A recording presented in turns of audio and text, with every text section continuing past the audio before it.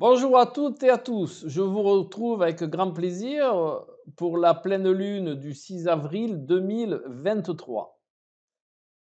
Cette pleine lune, elle se passe dans l'axe Bélier. Ici, regardez, Bélier, Balance. La lune étant dans le signe de la Balance, le soleil étant dans le signe du Bélier. Particularité de cette pleine lune, vous avez ici une triple conjonction entre Jupiter, Soleil, Chiron. Soleil Chiron étant en opposition à la Lune ainsi que Jupiter. Ici, vous voyez l'autre opposition qui en réalité, la triple conjonction est en opposition à la Lune. Voilà. Ça se passe dans l'axe Bélier ici, Balance ici. Hein. Le Bélier étant je me réalise que par mes perceptions, c'est le signe de l'entièreté, c'est-à-dire je ne conçois que par moi et je ne fais que par moi. En face, vous avez le signe de la balance qui est justement la prise en compte de l'autre, donc qui est l'opposé de la perception bélier. C'est dans la balance, je prends en compte l'autre, dans le bélier, je ne prends en compte que moi et j'avance à mon allure, et dans le signe de la balance, j'avance, mais je regarde aussi comment avance l'autre et j'en tiens compte. Cette triple conjonction-là, vous voyez, Chiron, Soleil, Jupiter, qu'est-ce qu'elle nous indique? Eh bien, elle nous indique qu'une blessure va être mise à jour. On va la prendre la connaissance, Jupiter, d'une blessure Chiron qui va être mise en lumière. Et elle va être mise en lumière d'une manière très, très directe. Hein. Pourquoi? Eh bien, parce que cette triple conjonction se situe dans le signe du bélier. Le maître du signe du bélier, c'est Mars, ici, qui se trouve dans le signe du cancer. Donc, cette blessure, elle va avoir un rapport avec la famille ou avec la lignée. De plus, cette blessure, jusqu'à maintenant, est très et se situe, elle est stockée dans votre inconscient, hein, la lune, et elle occasionne des problématiques au niveau émotionnel, au niveau de la sentimentalité. Alors bien entendu, cette énergie-là, elle va être vécue de manière différente par rapport au thème, par rapport à votre thème natal, bien entendu. Tout le monde va la vivre, mais tout le monde ne va pas la vivre de la même manière. Tout va dépendre de l'interaction de ces facteurs astrologiques avec votre thème natal. Mais quoi qu'il en soit, ça va vous donner les informations génériques afin de comprendre cette interaction à votre thème natal. Bien entendu, ça ne sera pas aussi précis que si on faisait la synastrie entre ce ciel et votre thème natal, mais vous aurez au moins des indications pour faire les liens. Voilà. Donc, cette triple conjonction, comme je vous l'ai dit, elle va apporter à votre connaissance, mettre en lumière la connaissance de cette blessure qui est située dans votre inconscient profond, qui va être en rapport avec cette blessure. Elle a été occasionnée soit par un contexte familial, soit c'est une blessure que vous traînez depuis plusieurs générations. Donc, vous savez que Chiron, c'est la mise, la blessure et la guérison en même temps. Donc, cette guérison, elle ne peut se faire que par la connaissance. Jupiter représentant tout ce qui va vous diriger vers la connaissance, et bien entendu, le soleil va exprimer cette connaissance. Hein. Le soleil met en lumière, il éclaire. Jusque-là, il n'y a rien de très compliqué. Donc, cela va vous permettre de mettre en place la guérison. Bien entendu, cette guérison, il va falloir conscientiser qu'elle est dans votre intérieur profond, dans votre inconscient, et qu'il va falloir aller quelque part, qu'il va falloir aller la chercher. C'est pour ça que c'est une opposition. Elle ne va pas être disponible là comme ça toute seule. De ce fait, pour vraiment l'apercevoir, il va falloir regarder des schématiques récurrentes ou des situations récurrentes qui ne sont pas adaptées dans votre vie, peut-être au niveau de la famille, mais peut-être aussi comme il y a la balance dans le lot des facteurs, par rapport à l'autre au sens large du terme. Et issu de cette perception, de cette perception de la récurrence d'un schéma inadapté, vous allez pouvoir acquérir les connaissances en rapport, Jupiter, afin de mettre en lumière la stratégie qu'il va falloir mettre en place pour vous en libérer, hein. Pour vous en libérer, bien entendu, parce que il y a une interaction ici, hein, entre Uranus, Chiron et donc forcément le Soleil. Voilà. Donc vous pouvez vous en libérer et cela va être possible par justement la conscientisation de cette schématique récurrente. Voilà. Si par exemple, je vais essayer de vous donner un exemple concret qui sera peut-être pas le vôtre, hein, mais qui va vous permettre au moins de percevoir la chose. Si par exemple, quand vous êtes avec votre maman, ben, il y a quelque chose qui vous gêne au fond, vous ressentez quelque chose qui n'est pas de bon aloi, hein, ou il y a peut-être même un conflit sous-jacent, il y a peut-être même un conflit ouvert, eh bien, c'est là-dessus qu'il va falloir faire focus, hein.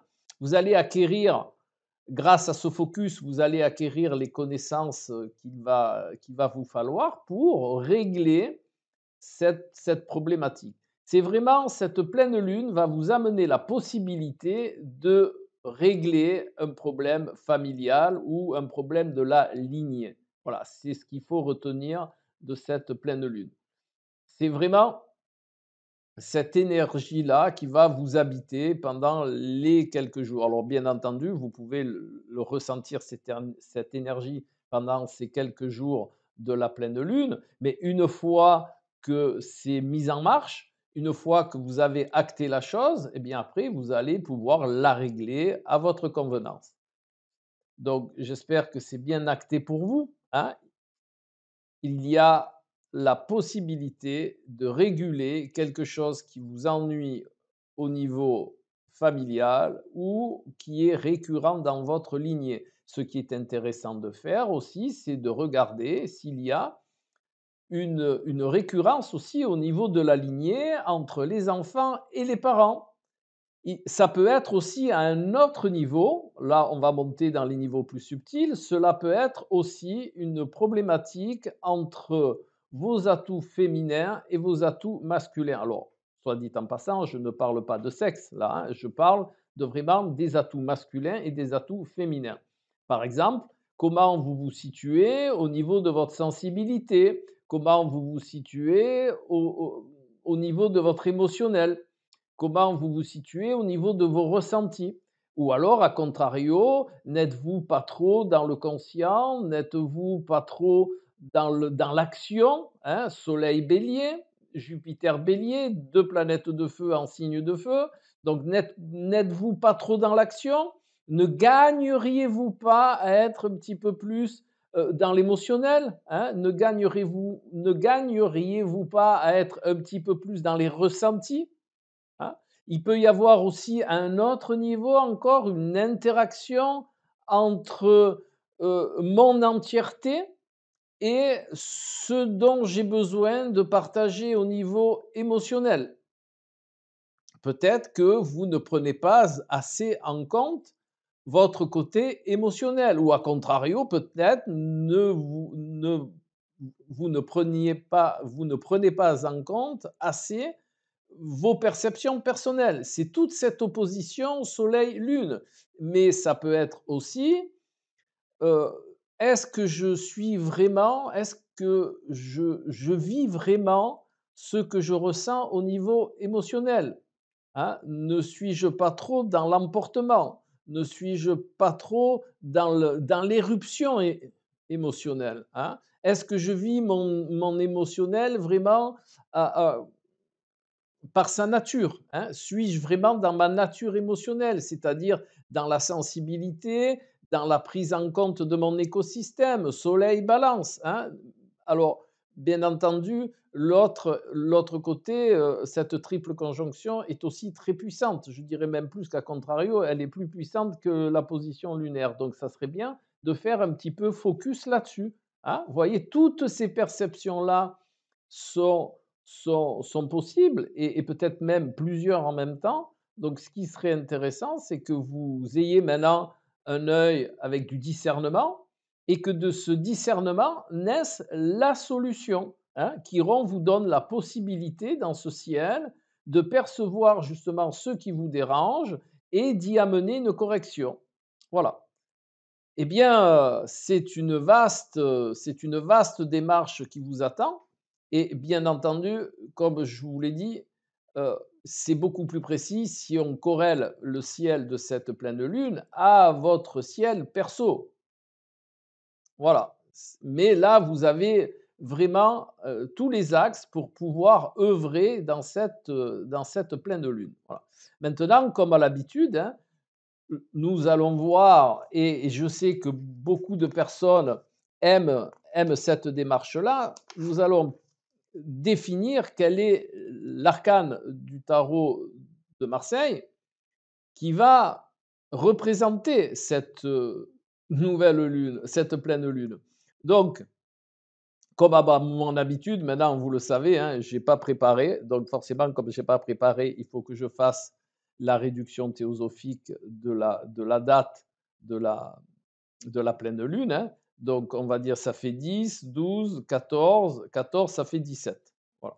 Donc on va dire que ça va être, l'arcane 17 du tarot de Marseille qui va représenter cette pleine lune. Alors, si je ne me suis pas gouré dans la réduction théosophique, donc je vais recontrôler, hein, 6 et 4, 10, 12, 14, 17. Donc, normalement, je ne me suis pas planté. Voilà. Donc, eh bien, cette carte, moi, c'est une carte que j'apprécie énormément. Bon, j'apprécie toutes les cartes, mais celle-là, j'ai un petit faible qui est l'arcane de l'étoile. Voilà. Donc l'arcane de l'étoile, c'est cet arcane justement qui va vous proposer quelque part de vous initier. Hein. L'arcane de l'étoile, c'est le guide, c'est l'initiation, c'est je me défais justement. Hein, vous voyez que la dame, elle est nue, donc je me défais de tous ces filtres, de tout ce qui me gêne. De plus, vous voyez qu'elle a les deux cruches, hein, c'est toujours les deux cruches, une solaire et une lunaire. Donc nous sommes bien dans cette perception solilunaire. Si vous regardez cette carte-là, vous verrez que les cruches, elles sont couleur solaire et couleur lunaire. Voilà. Donc, qu'est-ce que vous propose cette carte? En réalité, cette carte, elle vous propose une chose importante, c'est au lieu d'opposer ces deux principes solilunaires, c'est de les mélanger. Vous voyez? C'est de les rendre synergiques. C'est de faire de cette opposition justement une synergie par la prise en compte de ces deux pôles opposés.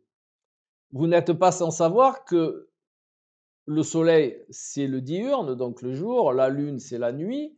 On peut les percevoir de cette manière-là, opposées, le jour et la nuit. On peut se dire, voilà, c'est deux phases opposées. Mais n'oubliez pas que le jour et la nuit forment la globalité. Et la globalité, c'est la journée. Elles ont chacun leur place, mais de ces deux places différentes, ça va former une entièreté. Eh bien, c'est un petit peu ce que vous propose cette carte et qui est bien en corrélation avec cette lune, avec cette pleine lune, qui est de vous proposer, au lieu d'opposer ces deux principes, eh bien, de les unir. Profitez justement de cet arcane de l'étoile qui est un petit peu un guide qui vous révèle eh bien, essayez d'éclairer votre inconscient avec le soleil et de laisser la possibilité au soleil d'éclairer l'inconscient qui est la lune. Voilà. Mettez ces deux principes, unissez le conscient et l'inconscient, unissez la lumière et puis l'ombre, hein, et faites de ces deux principes une globalité. Voilà. Et cela n'est possible que si on remet chacun à sa place, que le soleil n'empiète pas sur la lune et que la lune n'empiète pas sur le soleil. Voilà. Alors, vous me direz, et je suis tout à fait d'accord avec vous, que la lune n'a pas de lumière en elle-même, mais elle reçoit la lumière du soleil. Eh bien, c'est justement ça qui est important dans cette synergie, c'est que il faut regarder son inconscient là où éclaire le soleil. Il n'y a pas meilleure référence que la nature.